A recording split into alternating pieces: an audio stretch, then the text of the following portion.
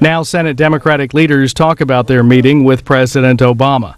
We'll hear from Senate Finance Chairman Max BAUCUS, followed by Chris Dodd of the Health, Education, and Labor Committee.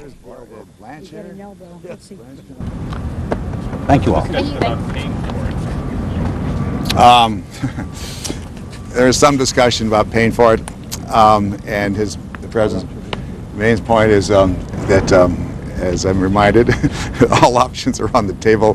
Those are options not only those suggested by some members of Congress, but also clearly those suggested by the President in his budget submission to the Congress. It's all on the table, and we'll all figure that out. Let me just say, on the cost issue too, the issue of prevention and quality.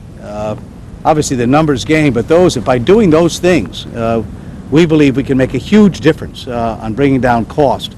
If moving in a direction that will avoid the medical errors that consume, I think, some $30 billion a year, not to mention 100,000 lives every year. Steps like that, the fraud and abuse that occurs, there are major ways to make significant difference. Quality, prevention are not issues on the side. These are central to the issue of cost reduction as well. Was the taxation and also I might say, it's just the incredible waste in our system today we will address in our legislation. I mean, the fancy term, as you all know, is geographic disparity. There's such disparity in practice patterns across this country. Why? Because the way medicine is practiced so differently in different parts of the country. Why? Because of the reimbursement system that our country now has. That is, reimbursing on the basis of quantity and volume, not on the basis of quality. And once we start moving toward reimbursing through Medicare and through the private sector providers, doctors and hospitals on quality, first we get higher quality.